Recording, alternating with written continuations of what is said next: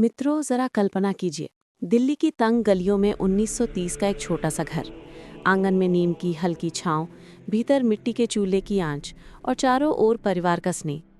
इसी साधारण से घर में जन्म लेती हैं एक बालिका, शांति देवी। नाम जितना सरल, नियति उतनी ही विचित्र। शांति बचपन से ही बाकी बच्चों जैसी नहीं थी। जैसे ही उसने बोलना शुरू किया, उसके शब्दों में एक अजीब सा रहस्य छुपा रहता। 3-4 साल की उम्र में ही वो अपनी माँ से कहती, ये मेरा घर नहीं है, मेरा असली घर कहीं और है। माँ चौंक जाती, पिता हंसकर टाल देते, वे सोचते बच्ची कल्पनाएं बुन रही है। लेकिन धीरे धीरे शांति की बातें मजाक से डर में बदलने लगी। वो बार बार कहती, मेरे असली पति हैं, मेरा घर मथुरा में है, यहाँ नहीं। इतनी छोटी बच्ची पति का जिक्र क्यों कर रही है? परिवार सहम जाता।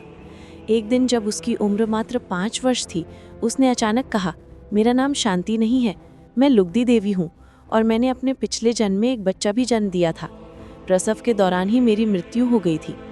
उसके मासूम आंखों में अजीब विश्वास था, जैसे वो सचमुच वहाँ से होकर आई हो। परिवार घबराया, पड़ोसी कानाफूसी करने लगे। ये बच्ची सामान्य नहीं है, इसके अंदर कोई छुपा हुआ राज है। शांति की बातें रुकती नहीं थी। वो मथुरा की गलियों, घर का नक्शा, आंगन में लगे पेड़, यहाँ तक कि पिछले जन्म के पति का नाम भी बताने लगी। मेरे पति का नाम केदारनाथ है, वे मथुरा में रहते हैं, हमारी दुकान है, वहाँ के पास एक बड़ा सा कुआं भी है। और जब मेरा बच्चा हुआ तब मैं मर गई। उसकी आवाज़ कांपती, लेकिन चेहरे पर एक अजीब सा आत्मविश्वास होता। परिवार सन्न रह जाता। कोई 5 से 6 साल की बच्ची इतनी बारीकी से बातें कैसे बता सकती है? धीरे धीरे ये खबर पूरे मोहल्ले, फिर दिल्ली भर में फैल गई। लोग कहने लगे, ये बच्ची पुनर्जन्म का जीता जागता प्रमाण है। परिवार अब असमंजस में था। क्या ये बच्ची सच बोल रही है या फिर ये सब उसकी कल्पना है? लेकिन हर बार जब शांति बोलती, उसकी आंखों में इतना गहरा विश्वास झलकता कि सामने वाला भी विचलित हो उठता। उसकी माँ कई बार पूछती, बेटी तुम बार बार मथुरा की बातें क्यों करती हो? शांति धीरे से जवाब देती, क्योंकि वही मेरा घर है और वही मेरा पति है, यहाँ मैं मेहमान हूँ। परिवार को अब डर लगने लगा था। अगर ये बात पूरी तरह फैल गई तो समाज क्या कहेगा? लोग ताने मारेंगे, शक करेंगे। लेकिन रहस्य तो बढ़ता ही जा रहा था। शांति देवी का व्यवहार और उसकी बातें अब इतनी सटीक होने लगी कि परिवार भी हैरान था। उसने जिस तरह से अपने पिछले जीवन की दुकान, घर, पति और बच्चे के बारे में बताया, वो किसी भी बच्चे की कल्पना नहीं हो सकती थी। ये सब सुनकर लोग फुसफुसाने लगे, क्या वाकई पुनर्जन्म होता है? क्या ये बच्ची अपने पिछले जन्म की आत्मा लेकर लौटी है या फिर इसके पीछे कोई और रहस्य है?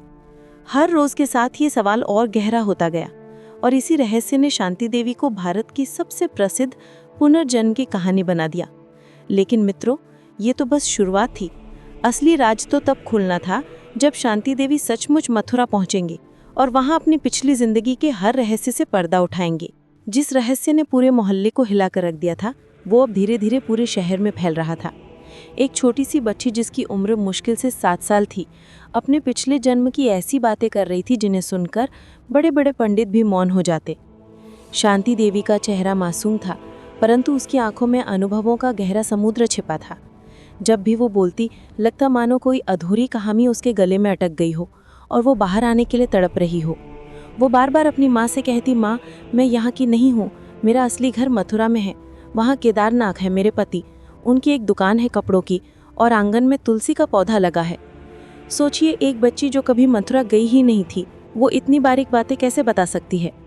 उसकी माँ की आंखों में डर उतर आता। पिता क्रोधित हो उठते, चुप रहो, ये सब पागलपन है। पर शांति देवी चुप होने को तैयार ही ना होती। एक दिन उसने अपने घर वालों को और भी चौंका दिया। उसने कहा, मेरे पिछले जीवन में एक बेटा था, पर उसके जन्म के बाद ही मेरी मृत्यु हो गई। प्रसव के दौरान मेरी सांसें थम गई। मैंने अपने पति से वादा किया था कि मैं लौट कर आऊँगी, और देखो मैं लौट आई। परिवार सन्न रह गया। कौन सी बच्ची इतनी बातें गढ़ सकती है और इतनी सटीकता से? धीरे धीरे खबर दिल्ली की गलियों से निकलकर अखबारों तक पहुंच गई। लोग इसे पुनर्जन्म की जीवित मिसाल कहने लगे। कई लोग उसके घर आने लगे, उससे सवाल पूछने लगे और हर बार शांति बिना हिचक, बिना डरे वही उत्तर देती जो मथुरा के हालात से बिल्कुल मेल खाते थे। उसकी बातें अब इतनी विस्तृत हो चुकी थीं कि लोग डर और आश्चर्य दोनों से भर जाते। वो कहती, मेरा घर 2 मंजिला है, ऊपर की खिड़की से मथुरा की गली साफ दिखाई देती है, आंगन में तुलसी है और पिछवाड़े में कुआं भी है। मेरे पति का चेहरा गोल है, और उनकी आंखें गहरी हैं। इतना सुनकर एक बार तो मोहल्ले के लोगों ने निर्णय किया कि इस बच्चे की परीक्षा ली जाए। उन्होंने शांति से अनजान लोगों की तस्वीरें दिखाईं। उसने तुरंत पहचान लिया कि इनमें से कौन उनके पति हैं। इस बात ने सबको झकझोर दिया। क्या ये बच्ची सचमुच पुनर्जन्म से लौटी है? क्या ये कोई दिव्य रहस्य है या मात्र एक खेल? धीरे धीरे ये खबर इतनी फैल गई कि मथुरा के लोग भी कान खड़े करने लगे। और फिर एक दिन ऐसा आया जब मथुरा से कोई व्यक्ति दिल्ली पहुंचा। वो व्यक्ति था केदारनाथ का रिश्तेदार। उसने शांति देवी को देखकर पूछा, क्या तुम मुझे पहचानती हो? शांति मुस्कुराई और बोली, हाँ, तुम मेरे देवर हो। तुम वही हो जो अक्सर हमारी दुकान पर बैठते थे। उस आदमी की आंखों से आंसू छलक पड़े। वो तो यही साबित करने आया था कि ये बच्ची झूठ बोल रही है, लेकिन शांति ने उसका चेहरा देखकर एक ही पल में उसका राज खोल दिया। अब दिल्ली में हलचल और बढ़ गई। लोग कहने लगे, अगर ये बच्ची सच कह रही है तो फिर हमें मानना होगा कि पुनर्जन्म केवल कल्पना नहीं बल्कि एक हकीकत है। परिवार अब दबाव में आ गया। शांति बार बार मथुरा जाने की जिद करने लगी। वो कहती, मुझे मेरे घर ले चलो, मुझे वहां जाना है जहां मैं अधूरी रह गई थी। आखिरकार तय हुआ कि शांति देवी को मथुरा ले जाया जाएगा। लोगों का एक छोटा सा दल तैयार हुआ जिसमें परिवार वाले और कुछ स्थानीय नेता भी शामिल थे। उनका उद्देश्य था देखना कि क्या ये बच्ची सचमुच मथुरा में अपना घर पहचान लेगी या नहीं। ये वो क्षण था जिसने पूरी दुनिया का ध्यान इस बच्ची पर केंद्रित कर दिया। दिल्ली से मथुरा तक का सफर अब केवल एक यात्रा नहीं था, ये पुनर्जन्म की सबसे रहस्यमय खोज बनने वाला था। मित्रों, वो दिन आखिरकार आ ही गया जिसका इंतजार न केवल शांति देवी कर रही थी बल्कि पूरा मोहल्ला और अब तो अखबारों के पाठक भी कर रहे थे। छोटी सी उम्र की इस बच्ची की बातें इतनी अद्भुत थीं कि अब ये साबित करना जरूरी हो गया था कि क्या वो सचमुच अपने पिछले जन्म का घर पहचान सकती है। दिल्ली से मथुरा तक का सफर उस समय आसान नहीं था। रेलगाड़ी की खड़खड़ाती पटरियां, सड़कों पर बैलगाड़ियों की भीड़ और रास्ते भर लोगों की जिज्ञासा। शांति देवी के परिवार के साथ कुछ समाजसेवी और पत्रकार भी निकले। सबके मन में एक ही सवाल था, क्या ये बच्ची सचमुच मथुरा पहुंचकर अपने पिछले जीवन की यादों को साबित कर पाएगी? ट्रेन में सफर के दौरान शांति देवी बार बार बाहर झांकती और कहती, ये रास्ता मुझे पता है, थोड़ी देर बाद हम आगरा पहुंचेंगे, उसके बाद मथुरा। लोग एक दूसरे का मुंह देखने लगे। ये बच्ची तो मानो नक्शा पढ़ रही हो। आखिरकार जब ट्रेन मथुरा पहुंची, शांति देवी की आंखों में एक अजीब चमक थी, जैसे कोई पंछी अपने घोंसले के करीब लौट आया हो। वो बिना किसी हिचक के बोली, मेरा घर यहीं है, चलो मैं रास्ता दिखाती हूँ। सोचिए मित्रों, एक 7 साल की बच्ची जिसने इस शहर को पहले कभी देखा ही नहीं था, अब पूरे आत्मविश्वास से गलियों का रास्ता बता रही थी। वो भीड़ के बीच से गुजरी और बोली, इस गली से दाएं मोड़ो, अब सीधा चलो, हाँ यहीं। कुछ ही देर बाद कार एक पुराने 2 मंजिला मकान के सामने रुकी। शांति देवी की सांसें तेज हो गईं। उसने कांपते होठों से कहा, यही है, यही मेरा घर है। भीड़ थम गई, सबकी नजरें उस मकान पर टिक गई। फिर दरवाजा खुला और बाहर निकले केदारनाथ, वही व्यक्ति जिनका नाम शांति देवी बार बार लेती थी। शांति देवी की आंखों से आंसू छलक पड़े। वो धीरे से बोली, तुम मेरे पति हो। केदारनाथ सन्न रह गए। उन्होंने सोचा था ये बच्ची झूठ बोल रही है, लेकिन जैसे ही शांति ने उन्हें पहचान लिया, उनका दिल कांप उठा। उन्होंने पूछा, अगर तुम सचमुच लुगदी हो तो बताओ हमारे आंगन में क्या है? शांति बिना रुके बोली, आंगन में तुलसी का पौधा है और पीछे एक कुआं है। ऊपर वाली मंजिल पर हमारी खिड़की है जिससे गली दिखती है। सब अंदर गए और सचमुच आंगन में तुलसी का पौधा खड़ा था, पीछे कुआं था और ऊपर वहीं खिड़की। भीड़ में सन्नाटा फैल गया, लेकिन ये तो बस शुरुआत थी। शांति देवी ने एक और चौंकाने वाला रहस्य बताया। मेरे कमरे की दीवार के पीछे एक जगह पर मैंने कुछ पैसे छुपा के रखे थे। लोगों ने दीवार खोली और वहां से सचमुच वही पैसे मिले जिनके बारे में केवल लुगदी देवी जानती थी। अब तो सबके पैरों तले जमीन खिसक गई।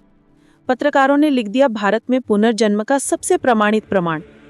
केदारनाथ की आंखें नम हो गई। उन्होंने धीरे से कहा, तुम सचमुच लुगदी हो, तुम वापस आ गई हो। मित्रों, मथुरा की गलियों में घटित हुई उस अविश्वसनीय घटना ने पूरे देश को हिलाकर रख दिया। जिस बच्ची ने अपने पिछले जन्म की एक एक बारीक बात सच कर दिखाई, वो अब लोगों के लिए केवल जिज्ञासा नहीं रही, वो जीवित रहस्य बन गई। समाचार पत्रों में सुर्खियां थीं, दिल्ली की बच्ची ने पिछले जन्म का घर पहचाना। क्या आत्मा सचमुच अमर है? ये मामला इतना बड़ा हो गया कि स्वयं महात्मा गांधी तक इसकी गूंज पहुंची। गांधी जी ने कहा, यदि ये सत्य है तो ये संसार को आत्मा के अस्तित्व का प्रत्यक्ष प्रमाण देगा। हमें इसकी गहराई से पड़ताल करनी होगी। और फिर एक विशेष जांच समिति गठित की गई। इस समिति में विद्वान, पत्रकार, वकील और कुछ नेता शामिल थे। उनका उद्देश्य था पूरी निष्पक्षता से जांच करना कि क्या ये बच्ची सचमुच पुनर्जन्म का उदाहरण है या केवल संयोग। समिति ने सबसे पहले शांति देवी से कई कठिन प्रश्न पूछे। उन्होंने जानबूझकर उसे उलझाने के लिए गलत नाम और गलत जगह बताई, लेकिन शांति हर बार शांत स्वर में सही उत्तर देती। कभी वो लुगदी देवी के पति के बारे में बातें बताती, कभी घर के आंगन की सटीक बनावट। फिर समिति उसे दोबारा मथुरा ले गई। इस बार भीड़ और भी अधिक थी। पत्रकार कैमरे लेकर खड़े थे। शांति ने किसी से कुछ सुने बिना वहीं रास्ते दिखाए, वहीं मकान पहचाना। और जब वो अंदर पहुंची तो उसने उन परिजनों को गले लगाकर कहा, तुम सब मुझे भूल गए, पर मैं तुम्हें कभी नहीं भूली। उनकी आंख तुम सब मुझे भूल गए, पर मैं तुम्हें कभी नहीं भूली। उनकी आंखों में आंसू थे। वे जानते थे ये बच्ची झूठ नहीं बोल रही। कई हफ्तों तक जांच के बाद समिति ने अपनी रिपोर्ट में लिखा, शांति देवी का मामला किसी संयोग या मनोवैज्ञानिक कल्पना से परे है। इसमें पुनर्जन्म की संभावना सबसे अधिक है। ये रिपोर्ट उस समय पूरे देश और फिर विदेशों तक पहुंची। वैज्ञानिक भी चकित थे। वे कहते, इतनी छोटी उम्र का बच्चा इतने विस्तार से झूठ गढ़ ही नहीं सकता। धीरे धीरे शांति देवी की कहानी दुनिया भर में फैल गई। यूरोप और अमेरिका के शोधकर्ता भारत आए ताकि इस बच्ची से मिल सकें। टीवी और रेडियो कार्यक्रमों में इसे world's strongest guest reincarnation case कहा जाने लगा। आज भी यदि आप पुनर्जन्म पर शोध पढ़ेंगे तो शांति देवी का नाम सबसे ऊपर मिलेगा। सोचिए, ये केवल एक बच्चे की कहानी नहीं थी, ये तो ब्रह्मांड के उस गहरे रहस्य की झलक थी जिसे हमारे शास्त्र सदियों से बताते आए हैं। न जायते मृतेव कदाचिन आत्मा, कभी जन्म नहीं लेती न मरती है। शांति देवी की कथा ने हमें ये याद दिलाया कि मृत्यु केवल एक पड़ाव है। शरीर बदल जाता है पर आत्मा अपनी यात्रा जारी रखती है। कभी नए रिश्तों में लौट आती है, कभी पुराने अधूरे वादों को पूरा करने। और यही कारण है कि जब वो मासूम बच्ची रोते हुए कहती थी, ये मेरा घर नहीं, मेरा घर मथुरा में है, तो उसके शब्द केवल कल्पना नहीं थे बल्कि आत्मा का शाश्वत सत्य थे। सोचिए वो पल कैसा होगा जब एक 7 साल की बच्ची अपने पिछले जन्म के पति और बेटे के सामने खड़ी हो। उसकी आंखों से बहते आंसू और उसके शब्द, मैं वादा निभाने वापस आई हूँ। उस क्षण को जिसने देखा उसकी आत्मा कांप गई, और जो नहीं देख पाए वे आज तक इस कथा को सुनकर हैरान रह जाते हैं। तो मित्रों, कैसी लगी आपको शांति देवी की सच्ची पुनर्जन्म की कहानी? अगर आप चाहते हैं कि हम ऐसी ही सच्ची घटनाएं आप तक लाते रहें तो हमें कमेंट बॉक्स में पुनर्जन्म लिखें। हम हफ्ते में एक ऐसी ही स्टोरी आप तक लाते रहेंगे। और अगर आप भी किसी सच्ची घटना के बारे में जानते हो तो हमें कमेंट बॉक्स में बताइए, उसके ऊपर भी हम वीडियो बनाएंगे।